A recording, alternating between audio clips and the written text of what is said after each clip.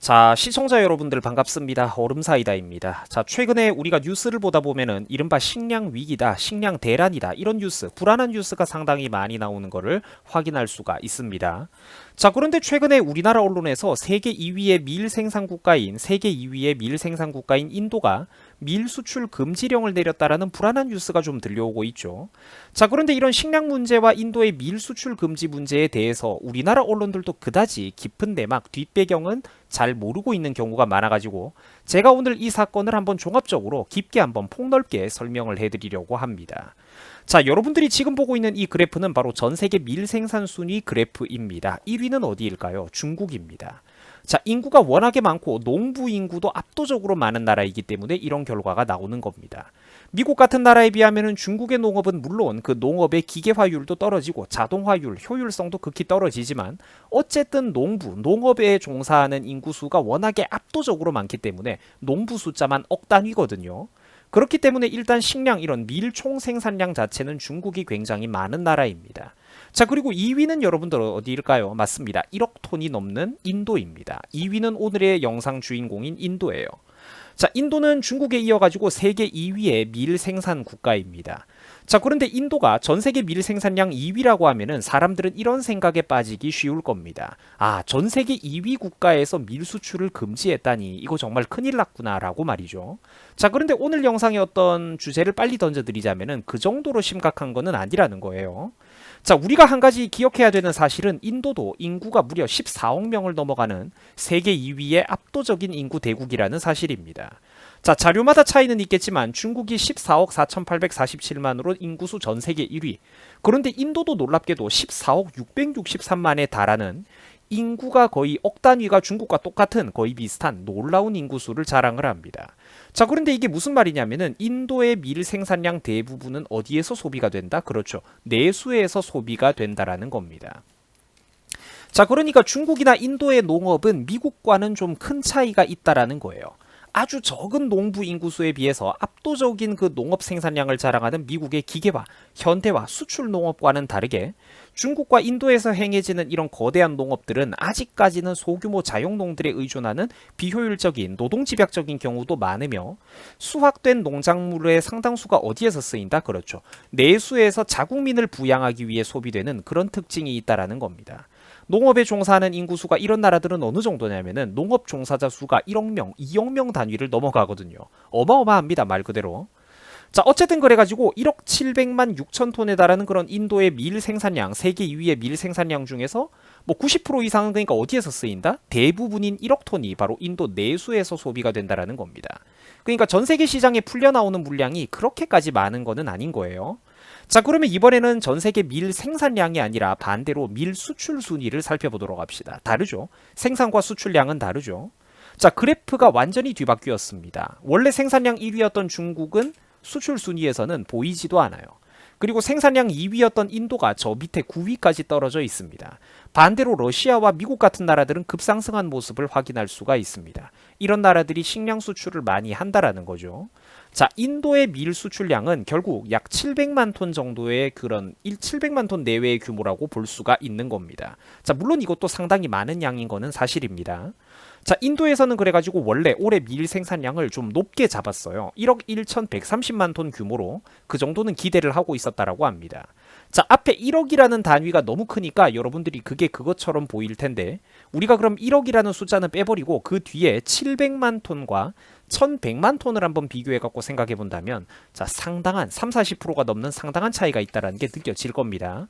그래서 인도 정부가 원래 올해 풍년이 들 줄 알았어요. 올해는 대략 1500만 톤 정도 우리도 야심차게 이렇게 식량을 전 세계에 수출을 해보자라고 인도 정부가 계획을 잡고 있었는데 그런데 이 계획이 틀렸다라는 겁니다. 바로 이상 고온, 이상 더위, 날씨와 기후 문제 때문이었습니다. 자, 그게 왜 문제냐? 밀은 열에 민감한 농작물이기 때문입니다. 특히 수확 시기에 그 무더위에 취약하기 때문에 이제 우리가 옛날에 학교에서 배울 때도 생각해 보면은 보통 밀은 좀 서늘한 지역에서 밭농사로 밀농사가 진행이 되었죠. 반대로 쌀은 여러분들 쌀농사는 어떤 지역에서 많이 짓습니까? 그렇죠. 물이 풍부한 지역, 햇볕이 덥고 일조량이 많은 지역. 뭐 중국 남부라든지 동남아 국가들이라든지 이런 곳에서 쌀농사를 많이 지었죠. 우리나라도 남부에서 그런 게 많았고요. 그러니까 이런 어떤 대표적인 인류가 먹는 두 작물 사이에 좀 차이가 있다라는 거예요. 이제 이 논농사를 짓는 벼, 쌀 같은 경우에는 좀 햇빛이 무덥고 여름이 무더우면은 가을에 이렇게 맛있는 벼가 잘 나오지만 밀은 이제 너무 더우면은 안 된다라는 겁니다. 배경지식 차원에서 설명을 드리는 건데 아무튼 그래서 이 밀이라는 곡물은 너무 높은 더위에는 몹시 취약한 점을 가지고 있습니다. 자, 그런데 최근 인도에서 어떤 일이 있었느냐? 더웠다라는 거예요. 4월에 기온이 무려 50도에 육박했다라고 합니다. 121년 만에 폭염이 찾아왔다라고 하죠. 덕분에 1900년대 초반 기상 관측 이후로 사상 최고치가 나왔다라는 것입니다. 자, 덕분에 그러니까 수확량이 감소되고 밀 생산량에 인도가 상당한 타격을 입게 됐다라는 것이죠. 자, 인도의 4월달 평균 기온이 무려 35도를 넘어갈 정도라고 합니다. 한낮에는 인도의 지역에 따라 가지고는 51도를 기록하는 지역도 있었다라고 해요. 이건 여러분들 어마어마하게 높은 온도입니다. 그리고 무더위로는 만만찮은 더위를 자랑하는 우리나라 7월달, 8월달 한여름 더위보다도 지금 인도의 4월달이 훨씬 더 더울 정도죠. 4월달의 평균 기온이 35도를 넘어간다는 것은 엄청나게 높은 온도입니다. 이미 최고 온도를 기록할 때는 40도를 넘어가는 날도 흔했다는 소리거든요, 이게. 자, 그래서 덕분에 인도의 식량 생산 불안이 본격적으로 대두되기 시작한 겁니다. 인도 내부에서는 밀 수확량이 폭염으로 600만 톤 이상 줄어들 것이라고 비관적으로 보인다라고 발표를 했고요. 또 외부 해외 전문가들은 1천만 톤 이상 인도의 밀 생산량이 줄어들 수도 있다라고 경고를 하고 있습니다. 자, 그런데 문제는 이런 상황에서 인도가 올 4월과 5월에만 약 300만 톤 가까이 되는 밀 수출 계약을 해버렸다라는 거죠. 그러니까 인도 내부에는 밀 부족 현상이 자꾸 심화가 되겠죠. 참고로 인도는 우리나라 정부가 쌀을 수매해 주듯이 인도 정부가 인도 농민들을 상대로 밀을 수매를 해주고 있습니다. 인도 정부가 국제 시세보다 좀 높은 가격에 적자를 다소 보더라도 수매를 해주기 때문에 인도 농민들 입장에서는 딱히 수출에 목매달 필요는 없었던 게 사실이에요. 자, 그리고 이번에 그놈의 러시아 우크라이나 사태가 또 문제가 심각해진 겁니다. 러시아가 우크라이나를 침공하면서 전 세계 이제 밀 수출량에 심각한 문제가 생겼다라는 거죠. 왜 그러느냐? 러시아와 우크라이나 둘 다 세계에서 5손가락 안에 꼽히는 밀 수출 대국이기 때문입니다. 러시아는 밀 수출량이 세계 1위고 우크라이나도 무려 5위 안에 들어갈 정도죠. 자, 그런데 두 나라의 전쟁이 터져버렸으니까 당연히 밀 생산이나 수급이 제대로 되겠습니까? 안 된다라는 거죠. 덕분에 국제적으로 밀 공급 부족 현상이 대두되었고 밀의 평균 수출 가격이 올라갈 수밖에 없게 됐다라는 겁니다. 자, 그런데 밀의 평균 수출 가격이 올라가는 데에서 제가 아까 말했던 요 부분이 나오는 거예요. 이 무슨 말이냐면은 국제적으로 이제 그러니까 밀 공급 부족 현상이 대두되고 밀 평균 수출 가격이 올라간다라고 지금 말씀을 드리고 있죠. 그런데 국제 밀 수출 가격이 올라가니까 인도에서 밀농사를 짓던 농부들의 입장은 어떻겠습니까? 평소에는 그냥 정부 수매를 기대하고 대충 수동적으로 팔아왔었는데 이제는 해외에다가 밀을 수출하는 게 더 이득이 높을 수도 있는 그런 상황이라는 거예요. 그러니까 인도 농민들과 그런 기업들이 수출을 선호하게 될 가능성이 더욱더 높아졌다라는 거죠. 근데 거기다가 인도에서는 때 아닌 기록적인 무더위가 찾아왔죠. 폭염이 온 나라를 뒤덮여버렸죠. 날씨 때문에 인도의 밀농사 상황이 지극히 나빠졌습니다. 그런데 여기에 인도 내부적으로 외국에서 밀 수출량까지, 외국으로 빠져나가는 밀 수출량까지 증가하게 된다면 인도 내부는 어떻게 될까요? 자, 다시 한번. 인도의 날씨가 더워가지고 식량 생산이 많이 안 돼. 그런데 가격이 올라가지고 이 식량, 밀을 해외에다가 갖다 팔면은 돈을 많이 벌 것 같아. 그 수출량이 증가를 해. 국내에도 모자란데. 그 인도 내부는 어떻게 되느냐? 그렇죠. 밀 부족 현상이 당연히 우려될 수밖에 없다라는 겁니다.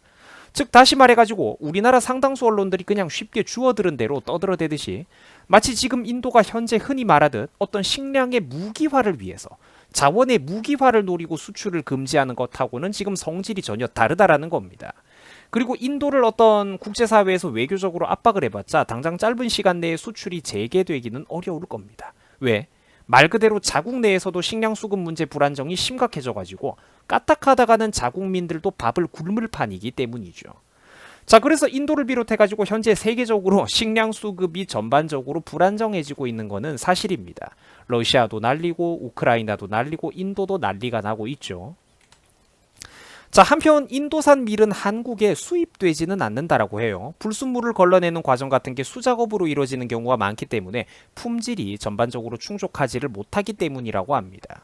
자, 또한 인도의 설탕 수출 제한 같은 경우에는 이제 인도에서 최근에 또 설탕 수출도 제한을 했는데요. 이런 문제 같은 경우에는 우리나라에 그렇게까지 심각한 문제는 아니라고 합니다. 우리나라가 인도에서 수입하는 설탕의 물량은 500톤 규모로 전체 설탕 수입 물량의 0.4% 정도밖에 안 된다라고 해요. 자, 그리고 우리는 그나마 좀 믿을 수 있는 어떤 수입의 그런 수입처, 다변화의 구석, 믿는 구석이 있죠. 바로 미국의 형님들입니다. 미국 형님들 사랑한다라고 제가 미국 어천가를 자주 부르죠. 그게 별게 아니라 대한민국 국민들이 어떤 번영과 안정성을 누리기 위해서는 미국 형님들을 빼놓고는 이야기가 안 되기 때문입니다. 우리나라는 미국에서 100만 톤이 넘는 밀을 이렇게 수입을 해 옵니다. 어마어마한 양이죠. 뭐 제가 그래서 항상 미국이라고 노래를 부르는 게 한국 국민들의 어떤 앞날에 너무 중요하기 때문에 미국을 강조를 하는 겁니다. 물론 전 세계적으로 어떤 식량 평균 시세가 올라간다면 미국 형님들도 올라간 상승한 가격에 우리나라의 식량을 팔겠지만 이런 수입처 다변화 어떤 그런 구석이 있다는 것만으로도 우리나라 입장에서는 어떤 식량 수급률의 문제를 상당히 좀 그 짐을 덜어낼 수가 있다라는 거예요. 그래서 이제 잠깐 우리나라의 어떤 원산지별 밀 도입량을 제가 여러분들에게 한번 보여주는 거고요. 호주산 밀이나 캐나다 밀도 우리나라에 상당히 많이 들어오는 모양입니다. 자, 그리고 다시 본론으로 돌아가겠습니다. 자, 다만 국내 관련 업계, 이런 농업 관련 업계, 그리고 또 곡물 관련 업계들, 한국의 농촌경제연구원, 그리고 한국의 농수산식품유통공사 관계자 등등 국내 전문가들의 말에 따르면은 이제 국제 곡물 시장의 불안정성이 장기화되고 있는 것은 사실이라고 합니다. 자, 우리나라는 인도와 물론 직접적인 밀 거래는 그다지 거의 없는 편이지만 그렇다 하더라도 세계 식량 시장 입장에서는 인도산 밀의 공급량이 줄어들면 어떻게 되겠습니까? 그렇죠. 좋을 게 없겠죠. 공급자가 줄어들면은 전 세계 평균 밀 시세에는 어떤 식으로든 나쁜 영향을 주기가 쉽기 때문입니다. 가격 상승 요인이 많아진다라는 거죠. 즉 이런 식으로 현재 국제 곡물 시장, 식량 시장, 밀 공급 시장에서 최근 불안정성이 단기간에 해결이 안 되고 자꾸만 지금 장기화가 되고 있는 게 사실입니다. 때문에 국제 곡물 가격도 강세가 이렇게 지속이 되면서 밀가루, 사료, 대두유, 전분당 등등 이제 이런 관련된 제품들의 가격이 상승할 만한 요인이 지금 세계적으로 자꾸 좀 많은 상황이라고 해요. 그래서 원자재 가격이 사실 오를 것이다라는 거는 어쩔 수가 없는 것 같습니다. 자, 다들 어려운 시기를 잘 이겨내시기 바랍니다. 이렇게 뭐 여러 가지 밀농사, 또 쌀농사 이런 것부터 해가지고 좀 여러 가지 어떤 요인들을 여러분들에게 설명을 드려본 것 같습니다. 자, 다들 어려운 시기를 한번 잘 이겨내기 바랍니다. 함께 힘을 내봅시다. 자, 시청해 주셔가지고 대단히 감사드립니다. 여러분들 수고하셨습니다.